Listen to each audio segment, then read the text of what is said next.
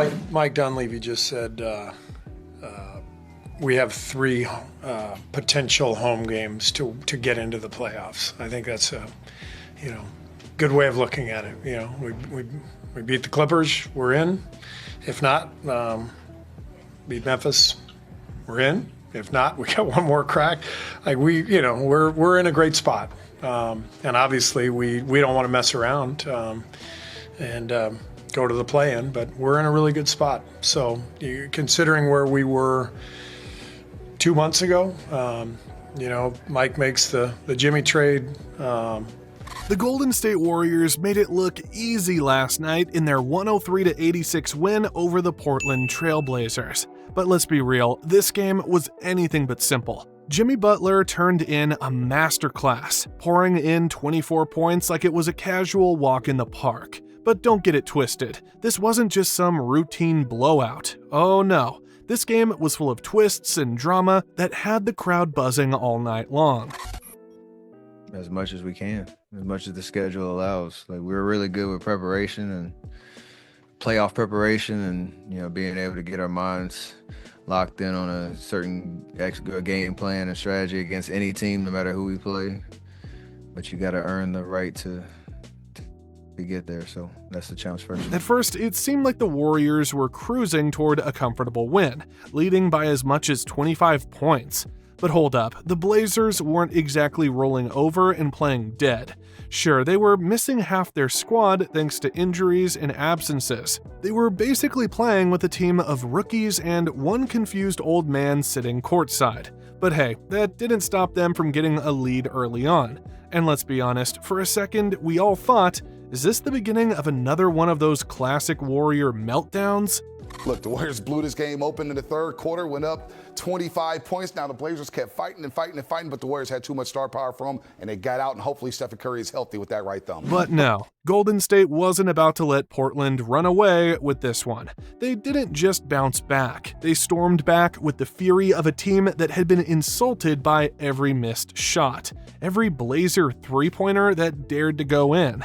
And the turning point? A Moses Moody three-pointer that was more like a flare shot into the air, signaling the Warriors' takeover. That triple sparked a 17-5 run in the third quarter, making it clear that the game wasn't in the Blazers' hands anymore. Suddenly, the lead was stretched to an almost insurmountable 67-42, and you could almost feel the air shift in the arena. Bonte, the Warriors did not have control despite having the lead at the half, but then they opened up the third quarter with a 17-5 run. You saw offense starting to be more fluid, flowing more easily, easier buckets. Now don't get me wrong, Portland went on their run too, 10-1, and it got a little close within 16. But what happens? You want to have more runs than your opponent. They close the third quarter with a 7-1 run, and boom, that's when things get open. That's when you get Steph Curry on the bench, resting and getting to prepare for the Clippers. It wasn't just the scoring that turned the tide, it was the defense. The Warriors were like a lockbox. Nothing got through. The Blazers, who had once been able to take a shot with some confidence, were now getting swarmed every time they made an attempt. Whether it was a contested three, a drive to the basket, or even a simple pass, Golden State was all over them. The Warriors' defense wasn't just preventing buckets, it was making every shot feel like an impossible task. You could see the frustration build on the Blazers' faces, and the Warriors knew they had just put themselves on the path to a dominant win. We good. Pass the ball to Steph and get out the way. Easy. Now, if we're talking about moments of the game, let's start with Butler's alley-oop dunk from Draymond Green. That play was straight up filthy. Like, if you blinked, you probably missed it, but it wasn't just a dunk, it was a statement. When Butler soared through the air, catching that perfect lob, you could feel the collective "oh" from the crowd. The way he threw it down with authority, it wasn't just about the points. It was a message to anyone who thought they might have a shot at stopping him. It was like he was saying, yeah, we got this, and by the way, we're making it look effortless.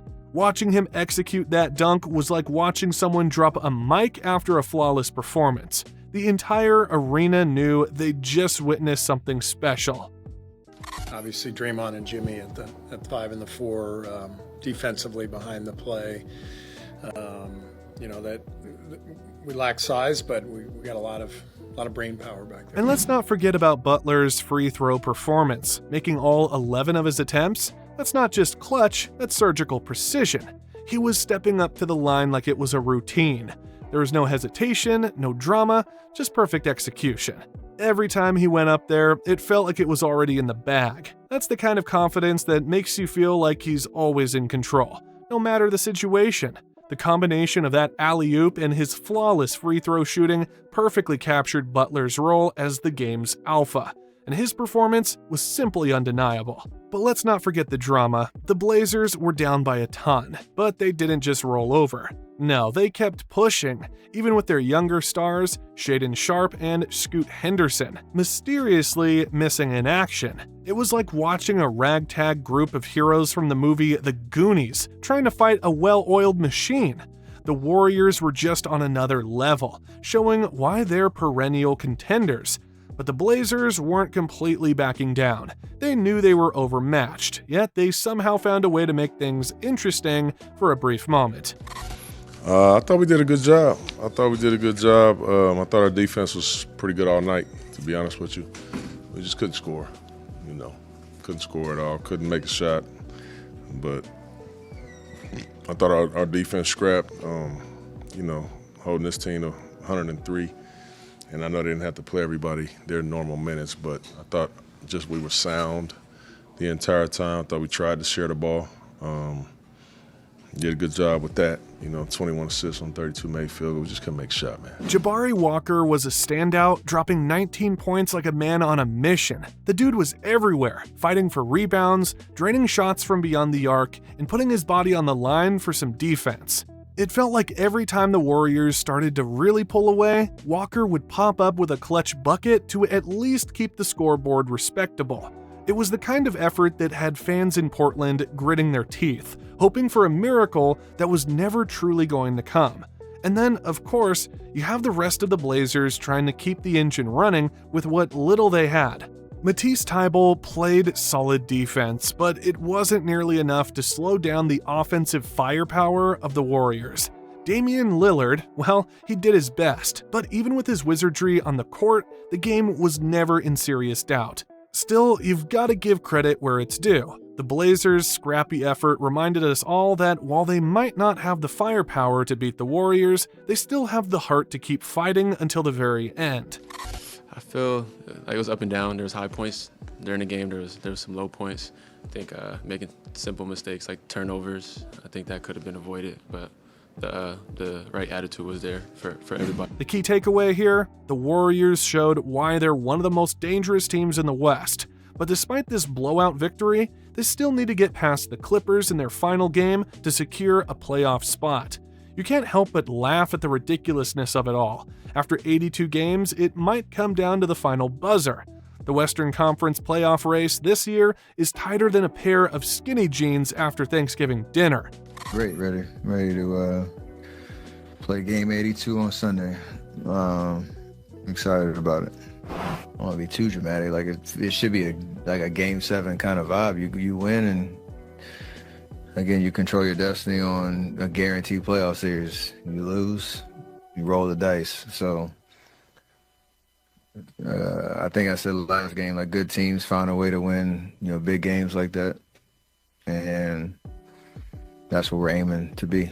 For the Blazers, it's clear they're in rebuilding mode. Missing so many key players, they're just trying to develop their younger guys and get them ready for next season. Sure, they'll be watching the postseason from the comfort of their couches, but at least they have something to look forward to. And Carmelo Anthony was courtside, which kind of felt like the old man showing up to the party, reminiscing about his glory days. It's funny, before the season started, we were having workouts, playing 5-on-5 and things like that right before camp started, and Tease was looking so good, man. I mean, the pace that he was playing with offensively, like he was doing some playmaking, like next action, he was shooting the heck out of it. And I was just really excited, man. I said, this is going to be a really good season for Tease. And knowing the way that we were going to play this year, I said, this is perfect for him. As for the Warriors, this game was a much-needed confidence booster after their tough loss to the Spurs. They weren't just playing for the win, they were playing for the energy, the momentum, and the psychological advantage heading into the final game of the regular season. And let's not forget about the chaos surrounding the playoff picture. With all these teams fighting for their lives, there's no way the Warriors can afford to take a single night off. It's do or die. And considering how close everything is, you almost have to wonder if they're secretly hoping for a playoff game against the Blazers, just to get a few more easy wins. This game carries significant weight for the Warriors as they head deeper into the season. Right now, it's all about survival. After handling the Blazers with a relatively comfortable victory, the Warriors know they can't afford to let their guard down, especially against a formidable opponent like the Clippers. They'll need to sharpen their focus and bring their A game. The Clippers will be a tough challenge, and if the Warriors slack off even a little, they could find themselves in a tough spot. With the postseason around the corner, every game counts, and their defense will need to step up if they want to make any real playoff push. You know, we gave away a game a couple days ago that we should have won. Can't do it again, so just wanted to try to come out, set the tempo on that side of the ball, and make sure that, we were locked in for this game because we blew one. As for the Blazers, this loss is just another step in their ongoing rebuilding journey. It's clear they're not quite in the hunt this season, but that doesn't mean all is lost. Developing young talent is crucial for them at this stage. With guys like Scoot Henderson and Shaedon Sharpe, there's a foundation in place for the future. Of course, their summer will be tough as they evaluate their roster, make decisions on trades, and continue to build for the future. However, the potential is there. If they can get a healthy Damian Lillard next season, combined with their promising young stars, the Blazers could surprise a lot of people and be right back in the mix for playoff contention. I'm a little cold right now, so if I'm shivering, that's why. But I think it was a solid game. I feel like we could have won that game. Obviously, the guy on the other side hit a big shot for the win, but I think throughout the game, we did start turning the ball over a little bit too much, including myself. Got to get more organized on offense, a couple more times down, and we got the game under control from there, I think. In the grand scheme of things, this game wasn't just about settling a score.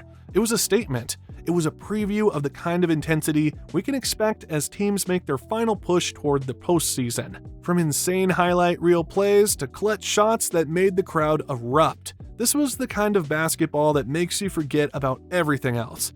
If you weren't tuned in, you missed out on one of the most electrifying, edge-of-your-seat games this season.